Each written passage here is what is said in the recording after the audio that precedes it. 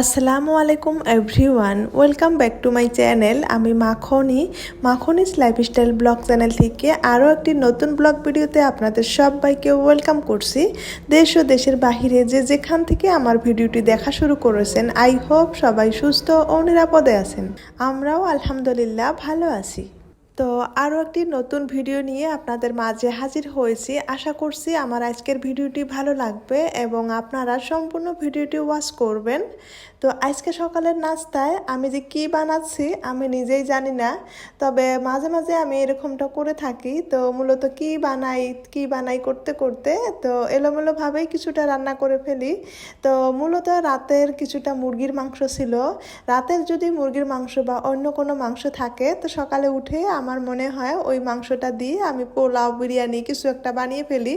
আজও তার ব্যতিক্রম নয়। তো মূলত আমি রাইস কুকারে রান্না করতে ধরেছিলাম। তো নতুন নতুন রাইস কুকার কিনেছি, তো মনে হয় খালি রাইস কুকারেই রান্না করি। তো যাই হোক, রাইস কুকারে আমি তেল আর পেঁয়াজ দিয়েছিলাম। তো ভেবেছিলাম পেঁয়াজটা এখানে ভেজে নিব, তারপর আমি পোলাওর চাউলটা ভেজে নিব। তো এখানে কিন্তু পেঁয়াজটা ভাজা হয় নাই, বারবার রাইস কুকারটা অফ হয়ে যাচ্ছিল। তো নতুন নতুন ড্রাইভার তো ওইভাবে এখনও রান্না করতে জানি না রাইস কুকারে কিভাবে কি করতে হয়।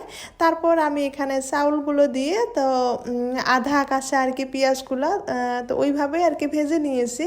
তারপর ভেজে নেওয়ার পর মুরগির মাংসগুলো দিয়ে কিছুক্ষণ নাড়াচাড়া করে আমি এখানে তো পানি দিয়ে দিয়েছিলাম। তো মূলত এখন খিচুড়ি হয়েছে না পোলাও হয়েছে আমি নিজেও জানি না, তবে খেতে কিন্তু অসম্ভব মজা হয়েছিল। তো এভাবেই মাঝে মাঝে কিন্তু এলোমেলো করে রান্না করে ফেলি।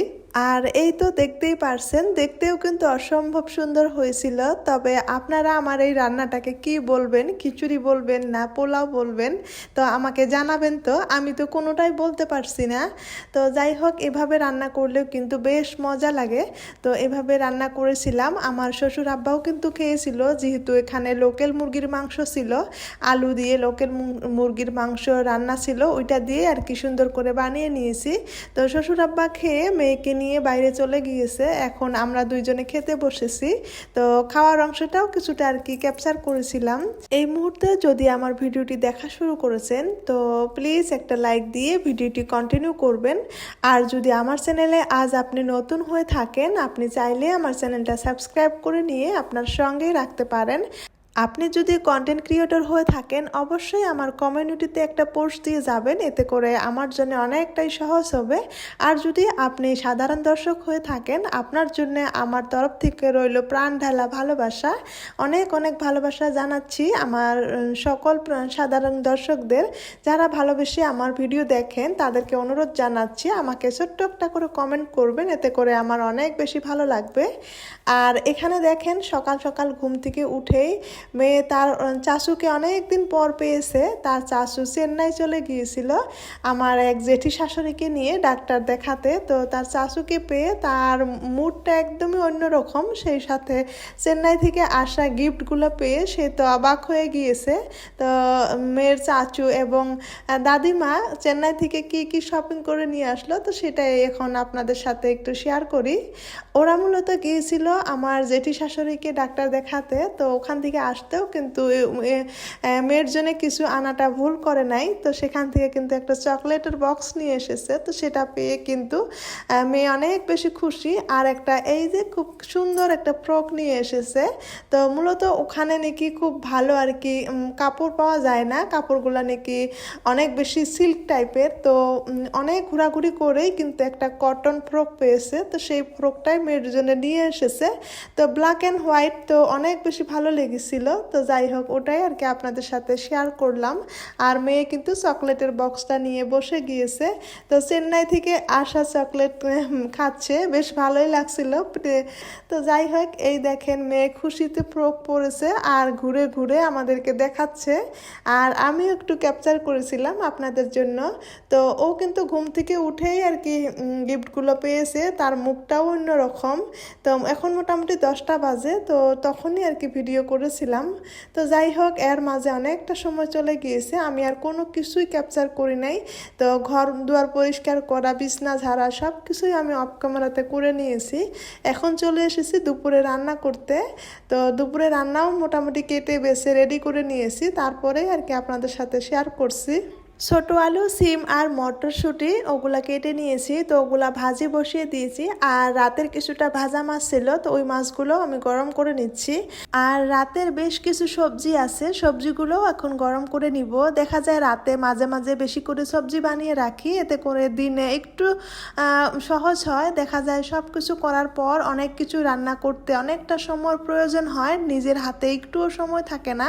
তো সেই কারণে রাতে কিছুটা সবজি বেশি করে বানিয়ে রাখলে দেখা যায় দিনে কোনো একটা ভাজি বা অন্য কোনো একটা বানিয়ে নিলে হয়ে যায়। তো এইভাবে মাঝে মাঝে রাতে কিছুটা কাজ এগিয়ে রাখি। দেখা যায় রাতে মেয়েকে রাখার জন্য অনেক মানুষই থাকে, তো সবাই থাকে, তবে দিনে তো কেউ থাকে না, একা একাই সব কিছু সামলাতে হয়। তো সেই কারণেই মাঝে মাঝে বুদ্ধি করে রাতে একটু বেশি করে সবজি বানিয়ে রাখি। সকালে নাস্তা করার পর অনেক থালা বাসনই মাজতে হয়, তো সব কিছুই তো ঝুড়ির মাঝেই থাকে। সেগুলা শুকিয়ে যাওয়ার পর আর কি গুছিয়ে রাখা হয়। আর যেগুলো সিরামিকের প্লেট বাটি ইউজ করা হয় সেগুলো কিন্তু ঝুড়িতে রাখি না, ডাইনিংয়ের উপরে শুকিয়ে রাখি। তো ঝুড়িতে রাখলে দেখা যাবে একটার সঙ্গে একটা লেগে হয়তো ভেঙে যাওয়ার ভয় থাকে। তো ডাইনিংয়ের উপরে শুকিয়ে দিয়েছিলাম ওই প্লেট দুইটাই, এখন মুছে পরিষ্কার করে জায়গা মতো রেখে দিলাম। আর এদিকে আমি রান্না করতেছি, আর আমার মেয়ের অবস্থা দেখেন, তো চাউলের ড্রামের ভিতরে সে বসে নিয়েছে। তো কি বলবো আর তার কথা, চাউল, আটা, ময়দা এগুলোর সাথে যে তার কি সম্পর্ক আছে আমি জানি না।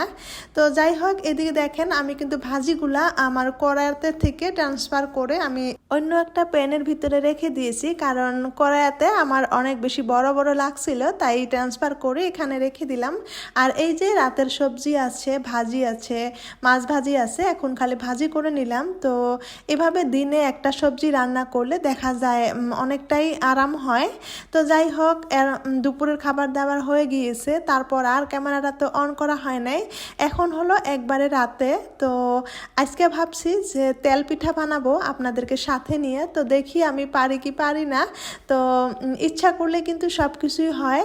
তো আমার গত একটা ব্লগে দেখিয়েছিলাম যে চালের আটা দিয়ে রুটি বানিয়েছি, তো তারই কিছুটা আটা কিন্তু রয়ে গিয়েছিল। আমার শাশুড়ি আম্মা অনেকগুলাই চাউল গুঁড়া করে নিয়ে এসেছিল, তো সেগুলাই কিছুটা ছিল। তো আজকে ভেবেছি যে তেল পিঠা বানাবো। তো সেই একই কথা আগের ভিডিওতে যা বলেছিলাম যে নিজ হাতে মানে একা হাতে কোনোদিনও আর কি সাহস করে মানে তেল পিঠা বানাই নাই, মানে সব কিছু গুলে মানে রেডি করে। তো মূলত দেখা গিয়েছে কেউ যদি রেডি করে দিয়েছে হয়তো দুই একটা তেল পিঠা ভেজেছি। তো এখন একটা কথা চিন্তাধারা আমার মাথায় এসেছে যে দেখতে দেখতে 5টা বছর পার হয়ে গিয়েছে, তো এখন একটু একটু করে সব কিছু শিখতে হবে। তো একটু একটু করে ট্রাই করব, দেখি পারি কি পারি না। তো নিজে হাতে বানিয়ে খাওয়ার সেটার কিন্তু মজাই অন্যরকম, যে কতদিন আর একে ডাকবো তাকে ডাকবো যে আসো আমাদেরকে পিঠা বানিয়ে দিয়ে যাও, সেটা তো আর সবসময় সম্ভব হয় না।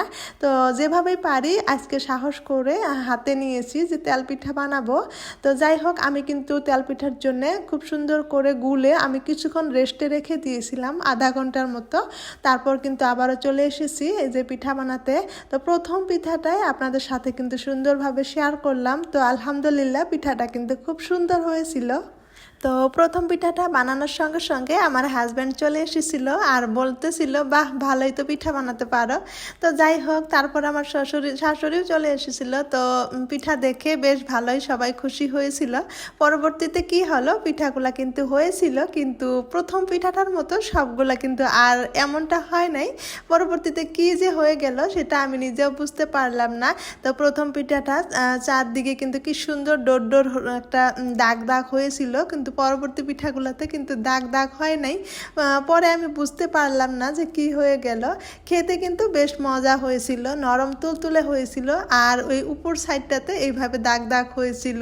তো মূলত বুঝতে পারলাম না যে প্রথম পিঠাটা এত সুন্দর হলো, তো পরের পিঠাগুলো কেন হলো না। তো যাই হোক, অনেকগুলাই পিঠা বানিয়েছিলাম। তো তারপর কিছুটা পিঠার গোলা আছে, তো ওগুলো রেখে দিয়ে আমি আবার রান্না করতে চলে এসেছি। এদিকে আবার রান্না করতে দেরি হয়ে যাবে, শ্বশুর আব্বা নামাজ পড়ে এসেই কিন্তু ভাত খায় দেখা যায়।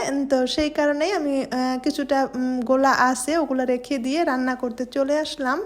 আর মাছ নিয়ে এসেছে, বাঘাইর মাছ নিয়ে এসেছে। তো আমার এখন যতটুকু লাগবে আমি অতটুকুই এখন রান্না করে নিব। আর বাকি অংশটা তো আগের দিনের মানুষগুলো আর কি যেভাবে মাছ মাংস রেখে দিয়েছিল আমি ওইভাবে রেখে দিয়েছি, শুধু হলুদ আর লবণ দিয়ে একটু সিদ্ধ করে মাছগুলো রেখে দিয়েছি। মূলত দেখা যায় ফ্রোজেন মাছ মাংস আমার কাছে খুব একটা ভালো লাগে না, মাংসটা খেতে পারি মানে মাছটা ভালো লাগে না। তো আমার শাশুড়ি ওইভাবে রাখতে বললো, আমি ওইভাবেই রেখে দিলাম। তো পরবর্তীতে ওগুলা কিন্তু ভুনা করতে পারবো অথবা সবজি দিয়ে রান্না করতে পারবো।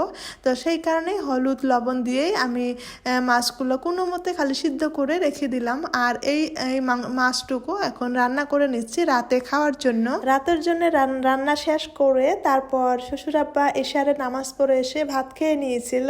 তারপর কিন্তু বাকি যে পিঠার গোলাগুলা ছিল ওগুলা দিয়ে আরও পিঠা বানিয়ে নিয়েছিলাম। তো পিঠা বানানো আর আপনাদের সাথে শেয়ার করতে পারি নাই, তো ভেবেছিলাম শেয়ার করব, পরবর্তীতে দেখি ফোনে একদমই চার্জ নেই, তারপর আর শেয়ার করতে পারি নাই। তো এই যে পিঠাগুলা পরবর্তী বানিয়ে নিয়েছি, আগের পিঠাগুলো তো চা দিয়ে খাওয়া হয়েছে। যাই হোক প্রথম নিজের হাতেই কিন্তু এভাবে পিঠা বানিয়ে নিয়েছি, তেল পিঠা। তো নিজে হাতে আর কি সম্পূর্ণ পিঠাটা কোনো দিনই বানাই নেই। তো যেমনটাই হয়েছে মোটামুটি কিন্তু ভালোই হয়েছিল। আমার অভিজ্ঞ আপুরা আন্টিরা যেভাবে বানায় যতটা সুন্দর হয় আমার কিন্তু অতটা সুন্দর হয় নাই, তারপরে আমার বেশ ভালো লেগেছিল। তো যাই হোক পরবর্তী বানানো পিঠাগুলো আপনাদের সাথে শেয়ার করলাম, অনেকটাই নরম তুলতুলে হয়েছিল। তো যাই হোক নতুন আরেকটি ভিডিওর আমন্ত্রণ জানাচ্ছি। আল্লাহ হাফিজ এবং আসসালামু আলাইকুম।